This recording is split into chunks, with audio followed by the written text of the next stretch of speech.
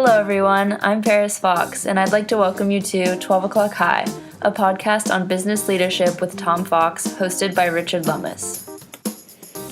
Hello and welcome to another episode of 12 O'Clock High, a podcast about business leadership and leadership in general. This is Richard Lummis. I'm here with Tom Fox for another discussion on how to improve our leadership skills by learning from others, drawing lessons from many sources, including history, fiction, film, and business writing. Welcome back, Tom. Thank you, Richard.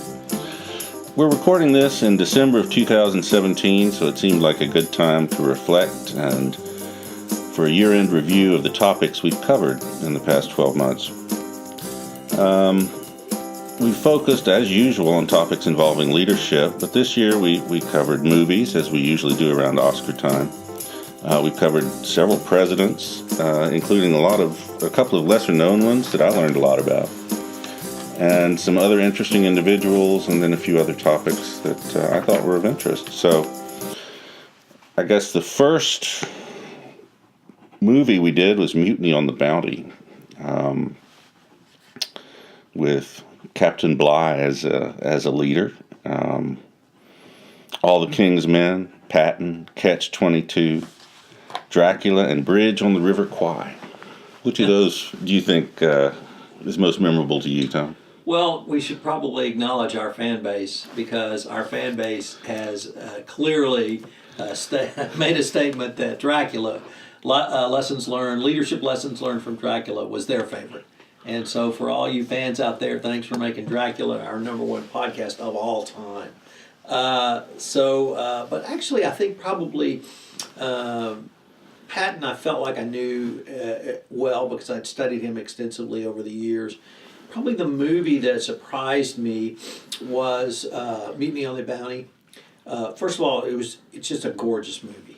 And travelogue, history, leadership, interpersonal relations.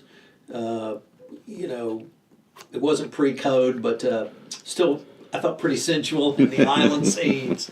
So lots really to enjoy from a movie and visual perspective. The sailing sequences were fabulous. What surprised me was that we were able to see the two sides of Captain Bligh as leader. When he was on the bounty, he was almost a marionette with his the way he treated men, the way he treated people, the discipline he required others to lash onto the men, and how he really completely mistreated the crew, probably exactly as a captain from the British Navy from the late 1700s. Yet when he was the mutiny occurred and he was put on the small boat, the navigation he accomplished in his journey is well documented and well known, and it was just an outstanding naval effort. But his leadership style completely changed. He became one of the men, and he suffered with the men. Obviously, in an open boat, it's a lot more easy to suffer, but he shared rations, and that was clearly communicated in the movie.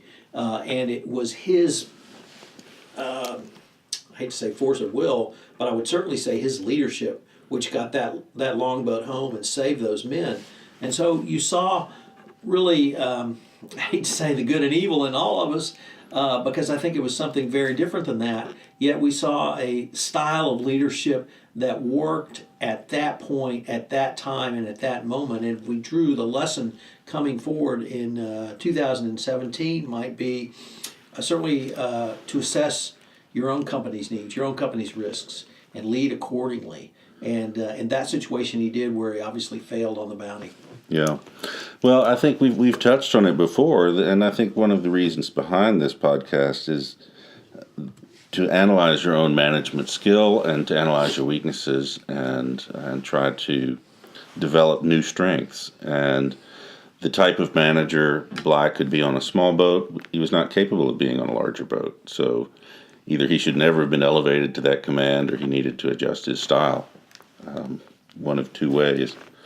The movie I thought was most surprising was Bridge on the River Kwai, because of my sympathy for the commander of the Japanese prison camp, who was the one who was put in an impossible situation. Right. And responded with brutality, which probably not the best, but I had totally missed that the first time I'd seen, for several times I saw the movie. And then there was Catch-22, which is just a marvelous. Catch-22 was, and I guess the lesson from Bridge on the River Kwai is the beatings will stop after morale improves, perhaps. But the growth we see in many of these characters, obviously it's a part of storytelling, and that's a well-known technique in storytelling. But I think that the business leader can also take lessons, if not inspiration, from this, because it's in the business leadership context, it's leaders adapting to the circumstances around them. It's not necessarily personal growth, although that may be the storytelling part of it. But with Captain Bligh, with the prison camp commandant, we saw them adapt to the circumstances that they were put in front of when their initial types of leadership skills or leadership techniques did not work. Yeah. Moving on to the President series that we've been doing for quite a while now. This year we covered Martin Van Buren, Thomas Jefferson, John Adams, Andrew Jackson, James Monroe, and Ulysses Grant. Which was your favorite of those? So, I loved them all. I just love studying the presidents. I've always done it. I guess the one that surprised me the most, because I had forgotten the most, was Jackson. And obviously during the presidential campaign of 2016, he was mentioned a little bit for the first time in quite some time. Trump has not really talked about him as much since he's become president. But to go back and study the strategy that Jackson used in the Second Bank Charter battle, and how that was really a continuum, I think, from the 1820s literally through the 1830s. Then when we got to Martin Van Buren, we saw Van Buren had to deal with a fallout in many ways because of the recession/depression that came about from that inflationary period after the Second Bank Charter failed or was not renewed, I suppose I should say. But that was the one I think I enjoyed the most in revisiting someone who I thought I had known, but when we studied through the lens of business leadership, really a different picture emerged for me. Well, the thing I've enjoyed most about the presidential series is, as you pointed out with Jackson, learning a lot about someone I thought I knew something about, but also learning something about someone about how I knew virtually nothing, such as Martin Van Buren. Yes. Who is actually basically the founder of the modern American political system, and a man who's totally forgotten by history. And I guess actually the second one was James Monroe. Yes. It was last of sort of the original founders, president after a run of George Washington, John Adams, Thomas Jefferson, and James Madison, and then James Monroe. And I really hadn't focused on the accomplishments of Monroe during his presidency, but he did accomplish a lot, and it was an accomplishment not necessarily where he led from the front. In many ways, he used influence, cajoling in a way that I really not appreciated his innate political skills. But I enjoyed him a little bit more than I had anticipated. And then the other thing was, and I suppose if someone had picked up a 2x4, they would have hit us in the head. This was so obvious. None of these men got to be president because they weren't good politicians. They had some skills. Now, we haven't gotten to Warren Harding, so maybe there's one or two that don't work. But these men all had great skills. They all had great people skills. They all had great leadership skills. And even if they weren't on the pantheon of some of our greatest presidents, they were able to accomplish 2 or 3 or 4 things. And let me point to Monroe once again. He was the first person to travel across the United States. And that was wildly popular with the citizens of the United States. You and I would probably take that for granted now. But as the first one to do it, I guess we'd never have a flight to Varennes in the United States, but just the simple traveling around, meeting the people was wildly popular, and by doing it, he improved not only his personal standing with the populace, but I think also the institution of the presidency.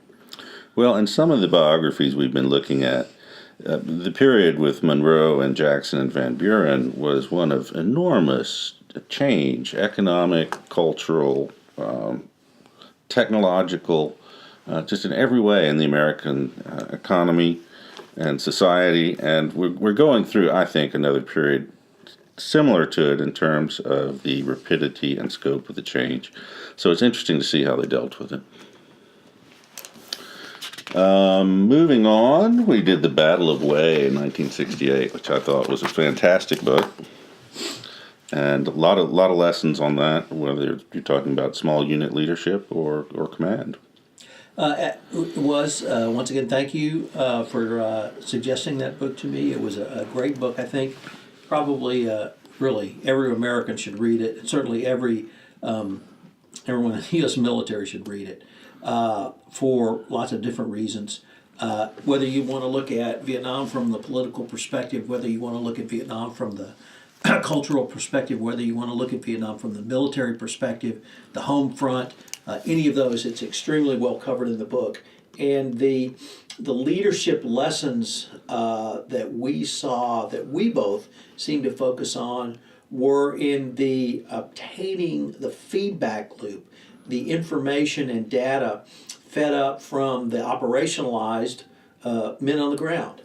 And that information was roundly rejected by senior management here, the leaders of the American military effort. And I've wondered, I guess you would have to say it was because they didn't fit the narrative that they believed in. I don't think they wanted the war. Anyway, it just didn't fit the narrative that they saw the communists on the run, and victory was literally, Westmoreland was on a victory tour. Yeah. And then the intelligence that came out, particularly around Khe Sanh, a very important battle, at least important to the Americans, that as late as 2 or 3 days after the initial Tet attack, the Secretary of Defense Robert McNamara was still believing that the Tet offensive was a diversion to take troops away from Way. And I recognize that sometimes leaders make those kind of miscalls on diversions, but to make that mistake in the face of what was clearly an overwhelming uprising literally across the country was a huge failure of American intelligence. Well, and I guess that brings up one of my favorite podcasts of the year, which was the OODA loop. The first step of which is observe. Yes. And in the absence of accurate information, you're not going to make good decisions. Absolutely correct. Yeah. But a great book, and certainly would recommend anyone interested in Vietnam or American military or the 60s to that book.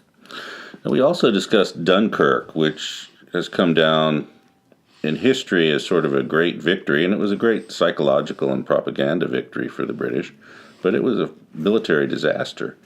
And we came at it from a couple of viewpoints, the recent movie, which was quite good, the book Blitzkrieg, and then a couple of other histories.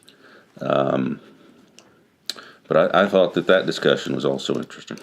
It was very interesting. The research material you provided, I think, from Blitzkrieg, really opened me up to understanding that of the campaign that led to Dunkirk, and it was a much wider and broader front, even in northwestern France, than I had fully appreciated, and that the successful fighting retreat that the British had put on just to get themselves in a position where they could be rescued from Dunkirk is not talked about nearly as much as it should be. I think the movie really spoke to certainly the more dramatic elements, but the movie structure of, I think it was a week, a day, an hour, and then on air, land, and sea, you saw different leadership skills from each one of those, from the RAF pilots in the 1 hour, from the naval commanders on the Solent for a week, and then the men coming over from Britain in the 24-hour slot, all showed different types of leadership, certainly very courageous leadership, but also responding to the circumstances on the ground and the risk that they saw and how they managed the risk that was put in front of them literally at a moment's notice. Well, and I guess the other thing is the whole thing was keyed on the unsung heroes and the extraordinary training and professionalism that went into the British Army pre-war enabled them to do the fighting retreat. And the other thing that I was unaware of was the extraordinary heroism of the French in that particular episode. Yes. Which also enabled the British to withdraw the bulk of their forces.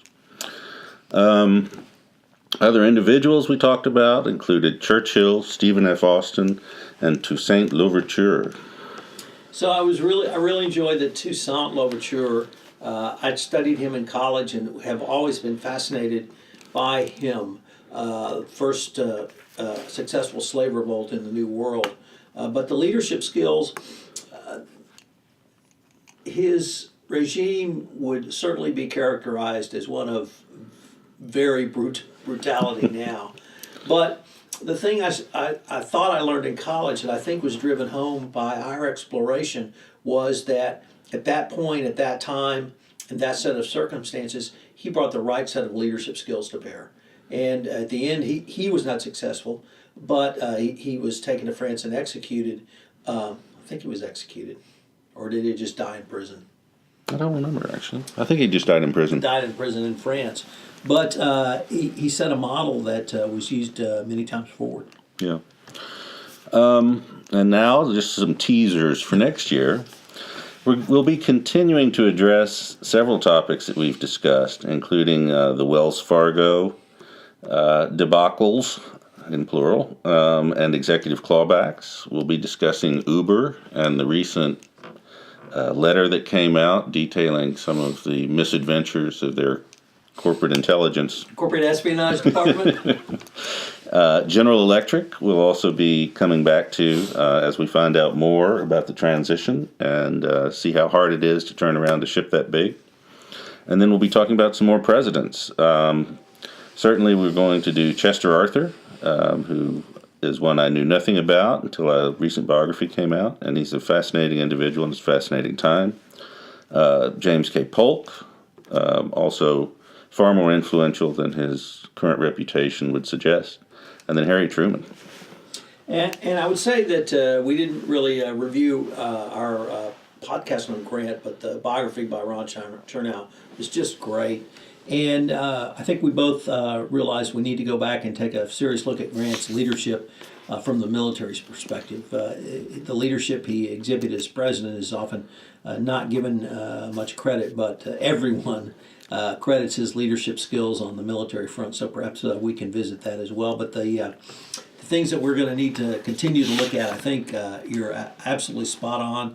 And one thing I've learned is every time I think we've had the world's biggest scandal, well, I just wait again, and something will happen. Well, as I was reading the other day, somebody said 2016 is the craziest year ever. 2017 said, hold my beer.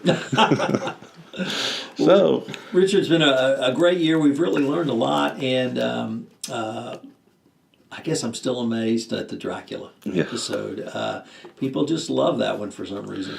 Well, and those of you who missed some of these that we've touched on today, I hope you'll go back and listen to them.